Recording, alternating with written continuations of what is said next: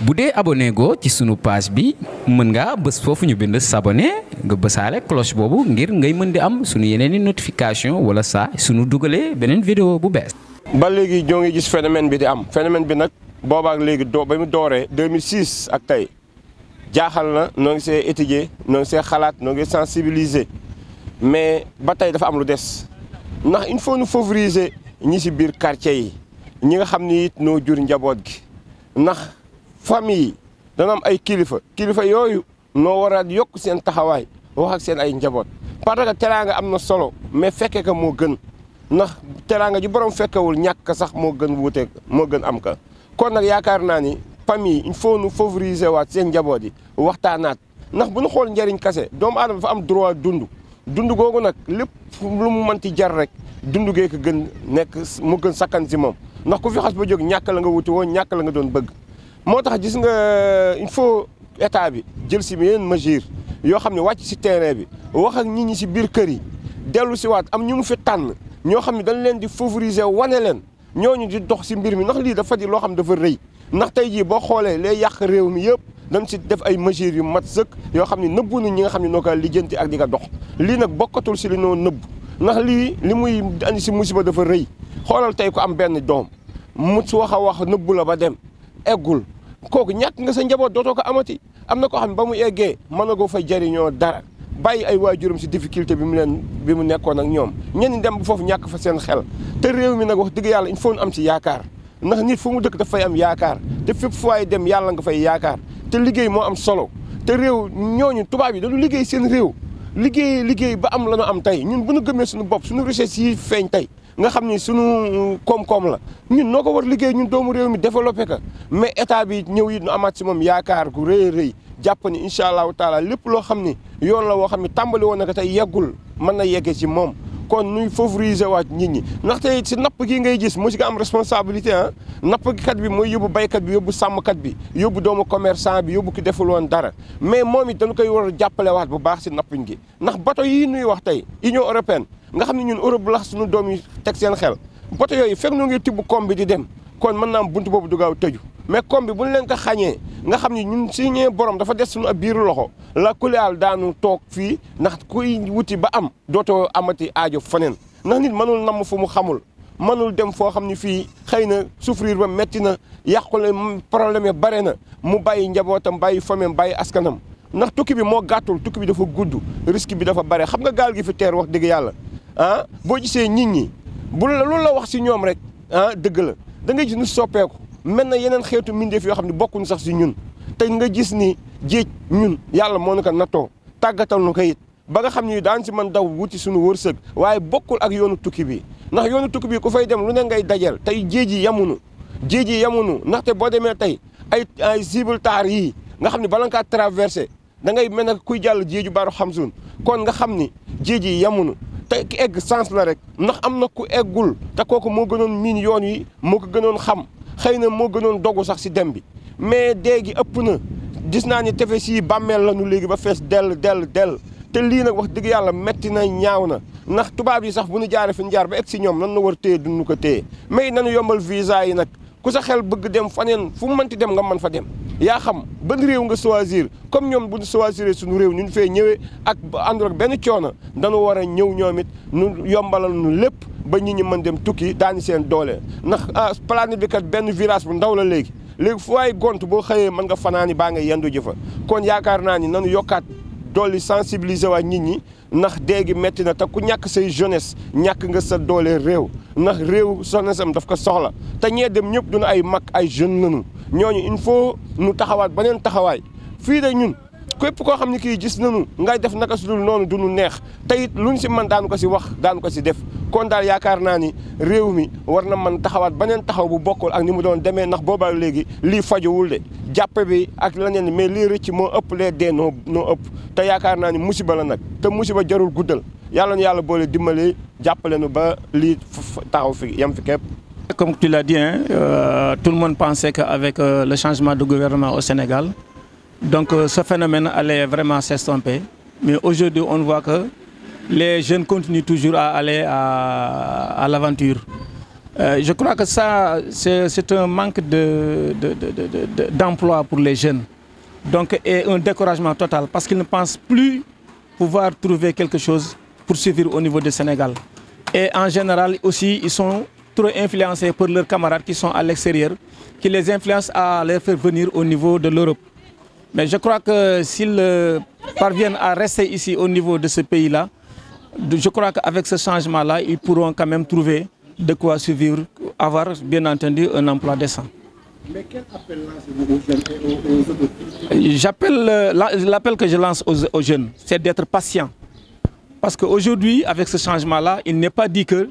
tout va changer du tic au tac. Pas du tout. Il faut qu'il y ait un temps bien déterminé. Il faut qu'il y ait de la patience. Et maintenant, chemin faisant, je crois que les choses vont changer et que les jeunes pourront trouver quand même, avec la volonté des autorités, un emploi décent pour tous les jeunes quand même qui ont une certaine qualification. C'est dommage que nous avons enregistré encore des morts et des blessés.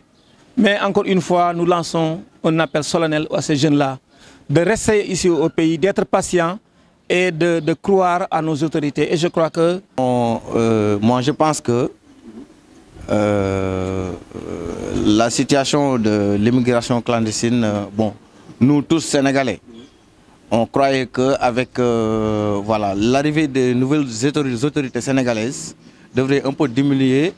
ou bien faire de telle sorte que bon, les jeunes arrêtent de braver la mer pour aller vers l'Occident. Maintenant, là, on constate que bon, le phénomène continue toujours d'exister. Moi, je pense que les autorités devraient voilà, surveiller davantage ou bien densifier un peu la surveillance de nos côtes, quitte à ce que trouver des hélicoptères ou des bateaux marins, des trucs comme ça, pour voilà, surveiller nos côtes afin que les jeunes arrêtent de braver la mer pour aller vers l'Europe. Et de toute façon, ceux qui vont aller chercher là-bas, ils le trouveront ici. Bon, je pense que même le gouvernement actuel devrait...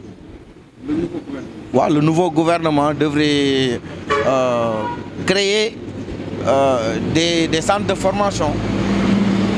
Des centres de formation, bon, former les jeunes. Parce qu'ici au Sénégal, il y a beaucoup de jeunes. Ça, le problème en est qu'il y a beaucoup de jeunes qui sont là,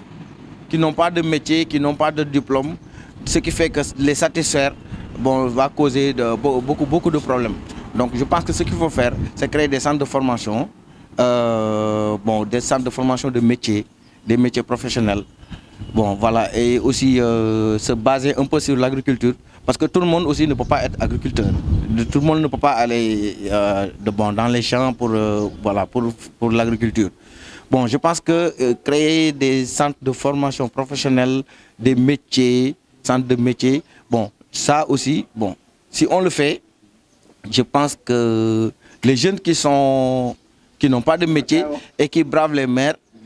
voilà, pourront trouver une solution pour rester ici au Sénégal et travailler ici. Hier, il y a 2 morts et des blessés. Il y avait 2 morts et quelques blessés hier sur un bateau qui a coulé en mer. Mais ça, tout ça, on peut l'éviter. Nos autorités doivent densifier la surveillance en mer pour que les jeunes arrêtent de braver la mer et pour aller vers l'Occident. Puis risque c'est énorme quoi, franchement. Man suma sañoon état bi jël ay solution créer emploi pour xalé yi jëm leen a canaliser vallée bi yaatu na xam nga tek ay emploi yoo xamante ni booy mën liggéey carrément ñu bañ a dugg ci géej gi parce que géej gi ñun ñi nga xamante ni des fois dañuy dem plage di sangu rek bu la vague yi dóoree da ngay xam ni affaire yi géej du caaxaan quoi géej amul bànqaas kon suma sañoon état actuel bi nekk fii nii xam nga ñu góorgóorlu jàppale boy yi jëm leen a teg ci yoon bu baax bi xam nga wutal leen ay liggéey ñu liggéey gars yi mën a toog comprendre nga parce que boy yi ba léegi rêve dem Europe dafa nekk seen xel fii koo waxal fii surtout Saint-Louis koo waxal affaire Europe rek lay wax man nag musul traverser sama esprit mais damay exhorter sama mbokku jeunes yi ñu toog xam nga xam ni Sénégal am na beneen air bu bees am na beneen souffle bu bees ñu toog liggéey gérer xam ni lépp dina baax incha allah. mais dañu gis ne ndax phénomène bi lu tax mu gën a bare ndax yow lan nga xalaat lu tax mu gën a bare ndax toujours ndax la gars yi côté ndax la gars yi jaaree waaw bu fekkee ni côté Saint-Louis la comme fi ma nekkee nii Saint-Louis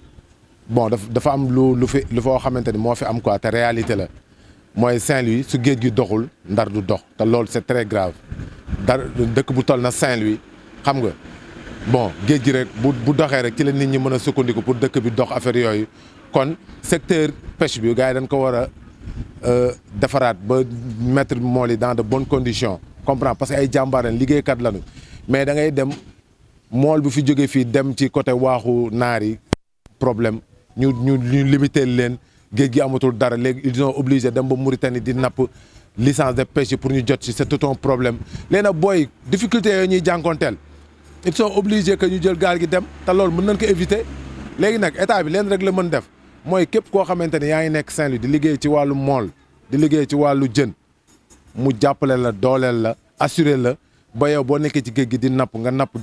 dans de bonnes conditions doo am benn njàqare ñibbisiwaat am ay équipement yu bien jeunes yi nekk Saint-Louis y a trop de jeunes mais jeunes yi fii koo ci gis café Touba lay jaay ñii dañuy taxawaalu xam nga amuñu liggéey quoi te Ndar dans les normes région Sénégal yëpp Ndar waroon na mën a am liggéey volet baa ngi nii yaatu na mais ay étrangers rek ñoo fi investir mais bu Sénégalais investir woon fii au niveau de Saint-Louis jeunes yëpp dinañ liggéey man loolu laa ci gis. Les gens croient peut-être xëy na suñu demee foofu dañuy am de meilleures conditions de vie alors que la ñuy def foofu maanaam peut-être pour ci li ma xam witt ay fruits dans les champs mais loolu tey jii ku ko def fii au Sénégal teraanga ba ñu am foofu di nga ko am fii au Sénégal teraanga bi ñu am foofu noonu wala lu ñuy wuti foofu noonu mën nañ ko am fii et je déplore vraiment le fait que nit di dem di jël doomam ay jabaram yëpp embarqué dans ci benn gaal ba fa da ngay dem à des kilomètres de mer et qui finalement voilà ce que l'on constate. Je viens juste de l'hôpital de Saint-Louis parce que dama am sama benn mbokk bu jógee Jifeer ñu ne ma ci gaal gi suux ci Ndar wala gi ci Chabiré ci la bokkoon malheureusement j'ai été mais seet naa laajte naa bu sonn ñu ne ma gisuñu ko xaw ma nag peut-être fa ma demoon laajte fa la nekkul wala il a péri je sais pas. gouvernement bu bees bi xam na gis nga seen projet boole nañ ko ci et je sais que dinañ ci xeex ba nga xam ne kenn dootul jël gaal di demee parce que gis nga dans la vallée suuf saa ngi fi ndox maa ngi fi et que nag su fekkee xale yi bëgg nañ agriculture mën nañ ñu dem foofu au lieu ñu jël gaal di dem ko. Dans la mer, qui utilisent maintenant leur barque pour amener des gens en Italie ou en Espagne. Ces derniers, moi je pense que si on revoit la façon dont on octroie les licences de pêche et qu'on fait de sorte à ce que la mer soit redevenue par exemple ce qu'il était avant, quitte à faire comme la Mauritanie. Il y a des moments où on ne va pas à la pêche parce que c'est les moments où les poissons se reproduisent. Voilà, le repos biologique. Et je pense qu'avec ça, les pêcheurs auront d'autres sources de revenus qui vont les empêcher à prendre les risques de prendre des pirogues pour amener des gens. Deuxièmement, c'est les émigrés en personne. C'est ce qui risque leur vie. C'est parce qu'ils n'ont pas de boulot ici. Maintenant, comme on a vu qu'une fois en Espagne, ils sont dans les champs pour travailler dans la cueillette des fruits et légumes, mais pourquoi pas industrialiser notre agriculture, faire de sorte à ce que les espaces qui sont là, nous on a de l'eau, on a le soleil, on a la terre. Le gouvernement doit se mettre au travail par rapport à l'industrialisation de l'agriculture qui va permettre aux jeunes de trouver du boulot et aussi faire de sorte à ce qu'il y ait des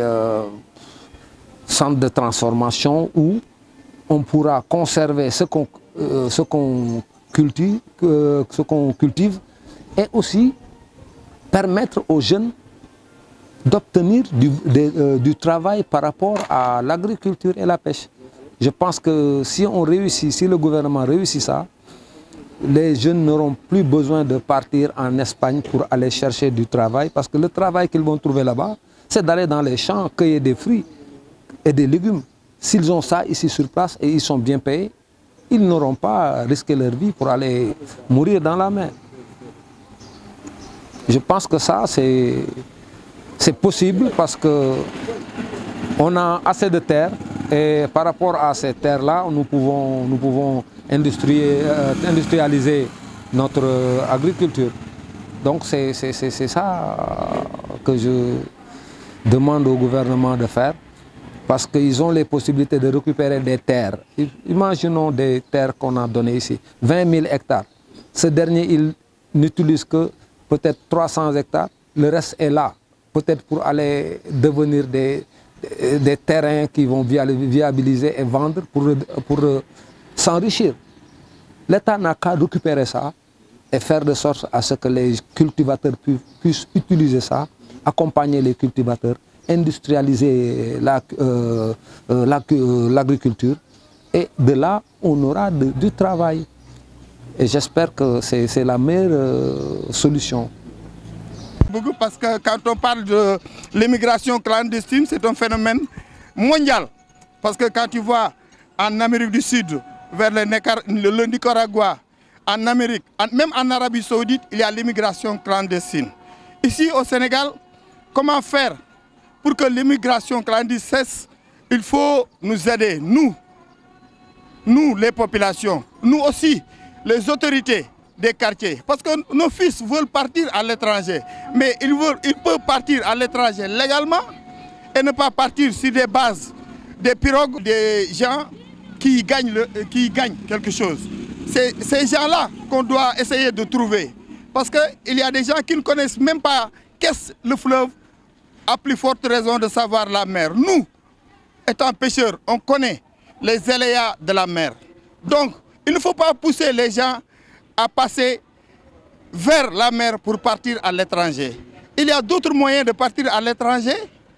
C'est d'abord de leur donner des visas, de partir légalement. Parce que l'immigration clandestine, il y en a partout. Mais le fait de partir par les pirogues est une chose qu'on doit arrêter. J'appelle les nouvelles autorités, surtout dans le domaine de la pêche, d'avoir une oreille attentive, surtout aux gens qui s'y profitent pour gagner quelque chose. L'essentiel pour nous, pêcheurs sénégalais et saint-louisiens, c'est d'avoir une collaboration très étroite avec les autorités compétentes, avec les acteurs, avec aussi la population. Parce que chaque population a ses réalités, ou bien chaque localité a ses réalités. Nous, ici à Saint-Louis, notre problème majeur, c'est l'embouchure. Ensuite, c'est la frontière entre le Sénégal et la Mauritanie. Donc, nous appelons nos autorités à nous accompagner, mais aussi à nous aider. Parce que nous avons fait l'essentiel, c'est de les élire. On les a élus et on les pousse de l'avant. On les pousse de l'avant pour que leur règne soit éternel ou bien leur règne puisse. bu dee abonné go ci sunu page bi mën nga bës foofu ñu bind s'abonner nga bësaale cloche boobu ngir ngay mën di am sunu yeneeni notification wala saa sunu dugalee beneen vidéo bu bees